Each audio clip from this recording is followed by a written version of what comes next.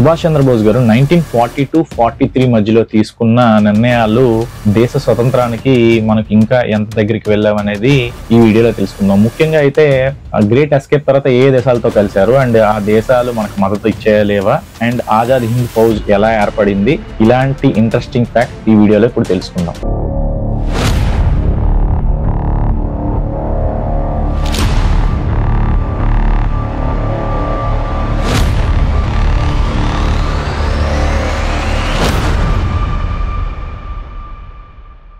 Anti compromise conference లో మొత్తం Indian national Congress వెళ్ళింది, ఫార్వర్డ్ బ్లాక్ సుభాష్ చంద్రబోస్ గారు వెళ్ళారు. అక్కడ మాట్లాడింది ఏంటంటే, ఇప్పుడు రెండో ప్రపంచ యుద్ధంలో మేము మీకు హెల్ప్ చేస్తే మన ఇండియన్ ఆర్మీ నుండి, సో మీరు మాకు స్వతంత్రం అండ్ సెల్ఫ్ గవర్నెన్స్ ఇచ్చేయాలి అని గాంధీజీ గారి వైపు నుండి వాదన. అయితే సుభాష్ చంద్రబోస్ గారు అయితే ఏమంటున్నారంటే, ఎటువంటి పరిస్థితుల్లో వీళ్ళు రెండో ప్రపంచ యుద్ధంలో వెళ్ళినప్పుడు మన సాయుధ బలగాలతో మనం దాడి చేస్తే డెఫినెట్ గా వాళ్ళు పారిపోతారు, ఇది మనం చెప్పాల్సిందే, అంతేగాని మీరేంటి వాళ్ళ దగ్గర వెళ్ళి బేరాలు ఆడుతారు అన్నట్టు వాదించారనమాట.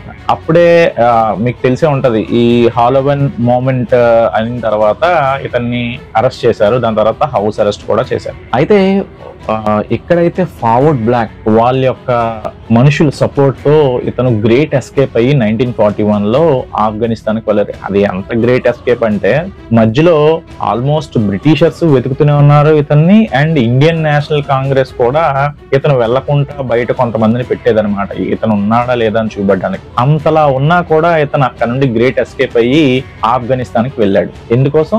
మన స్వతంత్రం కోసం. ఏప్రిల్ 1941 లో సుభాష్ చంద్రబోస్ గారు నాజీ జర్మనీకి వెళ్ళి అక్కడ సపోర్ట్ అడిగారు. సపోర్ట్ అడిగడంతో పాటు మన ఎవరైతే అక్కడ ఇండియన్ ప్రిజనర్స్ ఉంటారో వాళ్ళని రిలీజ్ చేస్తే వాళ్ళని మేము వార్ కి యూజ్ చేసుకున్నట్టు ఉంటామని వాళ్ళని రిక్వెస్ట్ చేశారన్నమాట. పోస్ అంటే ప్రిజనర్ ఆఫ్ వార్స్ ని రోమల్ ఆఫ్రికా కార్ప్స్ అనే వాళ్ళు మన ఇండియన్ ప్రిజనర్స్ ని బంధించారన్నమాట. అప్పుడు సుభాష్ చంద్రబోస్ గారు ఫ్రీ ఇండియా సెంటర్ అని, ఇండియన్ లీజియన్ ఫర్ క్యాప్చర్డ్ పోస్ అని, ఎవరైతే ఈ వారియర్స్ అక్కడ ఉన్న సైనికులు ఉంటారో వాళ్ళని మాకు ఇస్తే మేము బ్రిటిష్ వాళ్ళ మీద ఎదురుదాడి చేస్తామని చెప్పడంతో యాక్సెప్ట్ చేశారు. అక్కడ 1942లో బోస్ గారు హిట్లర్ ని కలిశారు. హిట్లర్ ని కలిసినప్పుడు హిట్లర్ ఎప్పుడు కూడా స్వార్థం గురించి ఆలోచించుకుంటాడు. అక్కడ మన ఇండియన్ ఇండిపెండెన్స్ ఏదో ఇస్తారని కాదు, బ్రిటిషర్స్ మీద కొంత రివెంజ్ తీర్చుకోవచ్చు ఇలాగా, అంతే అని తప్ప మనకి ఇండిపెండెన్స్ ఇస్తానని అతను ఏమీ చెప్పలేదు. కానీ ఇది బాగా గ్రహించిన బోస్ గారు, ఇతను తన సెల్ఫిష్ గురించి ఆలోచిస్తున్నారు తప్ప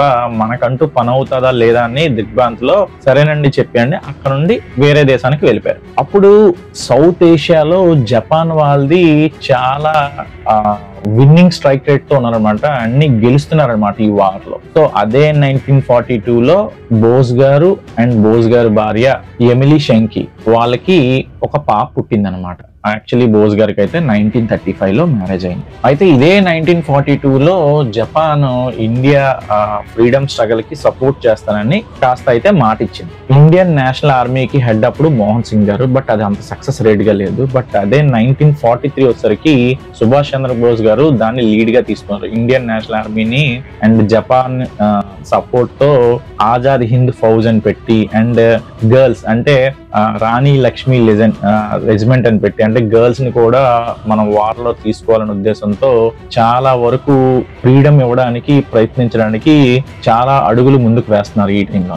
అయితే జపాన్ నుండి డైరెక్ట్ గా 1943లో సబ్మెరీన్ నుండి అండమాన్ నికోబార్ ఐలాండ్ వచ్చి అక్కడ ఫస్ట్ ఇండియన్ ఫ్లాగ్ ఎగరేస్తారు. అంటే ఫస్ట్ మనం బ్రిటిష్ వాళ్ళ మీద గెలిచింది అండమాన్ నికోబార్ ఐలాండ్స్. అందుకని అక్కడ సుభాష్ చంద్రబోస్ గారి నోట్ల మీద అంటే కరెన్సీ ఉంటది, అండ్ ఫస్ట్ మనం ఫ్లాగ్ ఎగరేసింది కూడా ఈ అండమాన్ నికోబార్ లోనే. అండ్ బోస్ గారి యొక్క విజన్ ఎలాగుందంటే ఆల్మోస్ట్ సెల్ఫ్ గవర్నమెంట్స్ అనమాట. అంటే జపాన్ సపోర్ట్ చేయడం వల్ల అండమాన్ నికోబార్ లో సెల్ఫ్ గవర్నమెంట్, తన గవర్నమెంట్ ఏర్పాటు చేసుకొని రెసిడెంట్స్ పెట్టుకొని ఆర్మీ అనేది ప్రతి ఒక్కరికి ఏంటంటారు దాన్ని ఇన్స్పైర్ చేస్తూ మాట్లాడే విధానంలో ఆడవాళ్ళు మగవాళ్ళు మనం కలిసి పోరాడాలి. ప్రతి ఒక్కరు అక్కడ చెప్పేది ఏంటంటే అతని కోట్స్ ఉంటాయి, మీరు నాకు రక్తం ఇవ్వండి నేను మీకు ఫ్రీడమ్ ఇస్తానని. సో ఇలాంటి మంచి ఇన్స్పిరేషన్ మాటలతో ముందుకు వెళ్తుండగా ప్రతిదీ ఇండియన్ ఆర్మీ గాని ఇండియన్ ఎయిర్ ఫోర్స్ గానీ, సో ప్రతి వాళ్ళు కూడా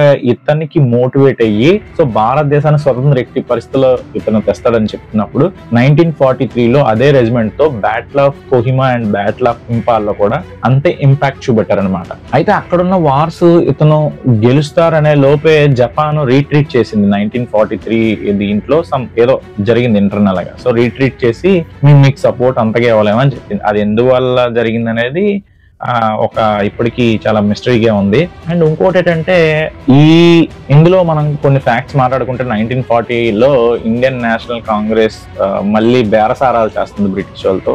దాన్ని అసలు ఇతను ఒప్పుకోలేదు.